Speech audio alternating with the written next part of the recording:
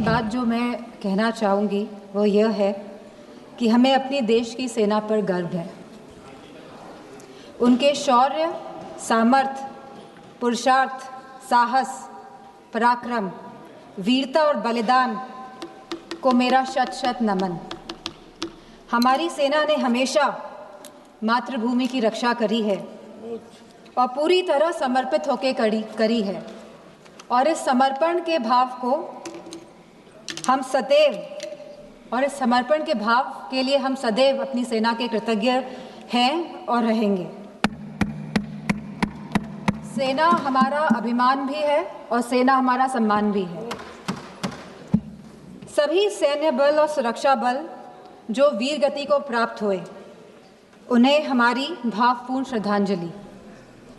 Border पर भारत के जिन नागरिकों ने अपनी जान गंवाई और जो घायल हुए, उन सभी परिवारों के साथ हमारी संवेदना है।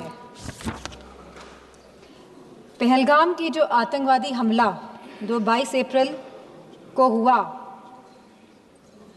वह कहीं ना कहीं भारत की सुरक्षा पर आघात था। जहां एक तरफ सरकार यह कह रही थी कि सब कुछ नॉर्मल है कश्मीर पे, तो कहीं ना कहीं इस सरकार ने नेशनल सिक्योरिटी की कीमत पर कश्मीर में नॉर्मलसी का जो नैरेटिव सेट करने की कोशिश करी। पहलगाम की घटना कहीं ना कहीं उसी का अंजाम भी है। हमारा सवाल सीधे सरकार से यह है कि आखिरकार यह घटना क्यों घटी। आखिरकार पहलगाम में बाइसान वैली में जहां हजारों टूरिस्ट रोज जा रहे थे अपने परिवारों के साथ, और मैं पूछना चाहूँगी सरकार से कि अगर आपके परिवार के या हमारे परिवार का कोई भी सदस्य कश्मीर जाता, घाटी में घूमने जाता, तो बिना सिक्योरिटी के क्या आप उन्हें भेज देते? बिना किसी सुरक्षा के आप उन्हें भेज देते? तो क्या एक भारतीय की जान की कोई कीमत नहीं है? कहीं ना कहीं जो यह घटना घटी है, इसके लिए पूरी तरह से यह सरकार जिम्मेदार है और इसको रिस्पॉन्सिबिलिटी भी लेनी पड़ेगी और अकाउंटेबिलिटी भी सेट करनी पड़ेगी। और जिस समय घटना घटी तो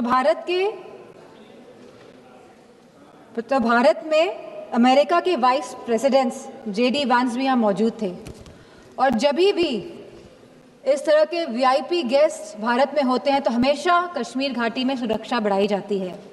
लेकिन इस बार जो ये चूक हुई है, और यह खाली बरसान वैली की बात नहीं है, 60 और ऐसे टूरिस्ट डेस्टिनेशंस थे जहाँ पे कोई भी सुरक्षा नहीं थी, और आपके कहने पर ही, भारतीय जनता पार्टी की सरकार के कहने पर ही टूरिस्ट कश्मीर जा रहा था, इस भरोसे के साथ, इस विश्वास के साथ कि वह सुरक्षित है। और यह जिम्मेदारी अंतोगत इस सरकार ने, भारतीय जनता पार्टी के नेताओं ने क्या कहा कि यह जिम्मेदारी टूर ऑपरेटर्स की थी वहाँ की सुरक्षा की, जो बहुत ही गैर जिम्मेदारा बयान है और साथ ही इनकी संवेदनहीनता को भी दर्शाता है। ऑपरेशन सिंदूर में जहां भारतीय सेना ने सटीकता से पाकिस्तान और POK के अंदर 9 टेररिस्ट कैंप्स या आतंकी ढांचों को तबाह किया, को निशाना बनाया, और जब हमारा पल्ला भारी दिख रहा था तो ये सीज फायर का जो अनाउंसमेंट हुआ, बात ये नहीं है कि सीज फायर का अनाउंसमेंट हुआ, बात यह है कि सीज फायर का अनाउंसमेंट किसने किया। किसी भी भारत के मंत्री ने या कोई भी भारत के ऑफिसर किया गया। भारत के देशवासियों को क्यों यह सूचना एक अमेरिका के राष्ट्रपति के द्वारा मिली, सवाल इस बात का है। सेम। कहीं ना कहीं भारत की फॉरेन पॉलिसी पूरी तरह से फेल है, और जो ये विश्व गुरु का जो माहौल बनाया जा रहा है देश में और पूरे विदेशों में, कहीं ना कहीं ये भी पूरी तरह फेल है, क्योंकि ऑपरेशन सिंदूर के तुरंत बाद और सीज़फायर के तुरंत बाद IMF ने $1 बिलियन पाकिस्तान को देने का काम किया है। वहीं वर्ल्ड बैंक ने $108 मिलियन पाकिस्तान को देने का काम किया है। एशियन डेवलपमेंट बैंक्स ने $800 मिलियन देने का काम किया है। I will finish in 2 minutes. वहीं UN सिक्योरिटी काउंसिल में पाकिस्तान को काउंटर टेररिज्म कमेटी का वाइस चेयरमैन बना दिया गया। यह दर्शाता है कि भारत की फॉरेन पॉलिसी पूरी तरह विफल हुई है। और यही नहीं, पहली बार चीफ ऑफ आर्मी पाकिस्तान का अमेरिका के राष्ट्रपति के साथ लंच करने का न्योता मिला और लंच किया। और बात यहीं पे समाप्त नहीं होती है। आज जनरल माइकल कुरेला को प्रेसिडेंट ऑफ पाकिस्तान ने प्रेस्टिजियस निशान-ए-इम्तियाज अवार्ड भी दिया है। तो ये रिश्ता जो पाकिस्तान का और जो अमेरिका का है, और इन रिश्तों के बीच में भारत का खड़ा है, सवाल इस बात का है। सवाल ये भी है कि अगर चीफ डिफेंस स्टाफ ने ये बात कही कि हमारे लड़ाकू विमान गिरे हैं, तो लड़ाकू विमान तो गिनती के हैं, आज नहीं तो कल तो पता ही चल जाएगा कि कितने लड़ाकू विमान गिरे। प्लीज मां। तो सरकार को क्या दिक्कत है बताने में?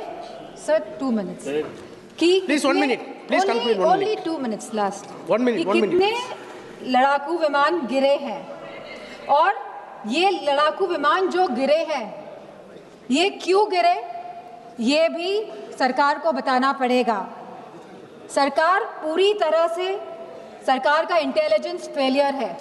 सरकार ये बात जानती ही नहीं थी कि जहां हम पाकिस्तान से लड़ रहे हैं वहीं दूसरा देश, हमारा पड़ोसी देश चीन, चाइना पूरी तरह से समर्थन कर रहा था पाकिस्तान का। क्या ये इंटेलिजेंस फेलियर था या ये एक्शनेबल इंटेलिजेंस को इग्नोर किया गया?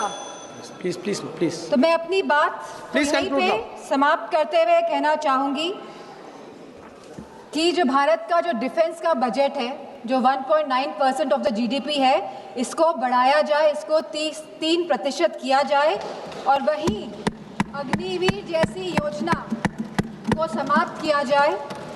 और जो लेटेस्ट टेक्नोलॉजी से जो आप लड़ाई हो रही है, जो वॉरफेयर चल रहा है, तो भारतीय जनता पार्टी की सरकार है, तो वो जागरूक बने इसके प्रति। धन्यवाद। Thank you. Shrimati Anupriya Patel. Wait. Anupriya ji, 1 minute. Somebody wants to go to earlier. 1 minute. I will call you later. Next one. Subrayan, Mr. Subrayan. Yes, Speaker sir, கடந்த 11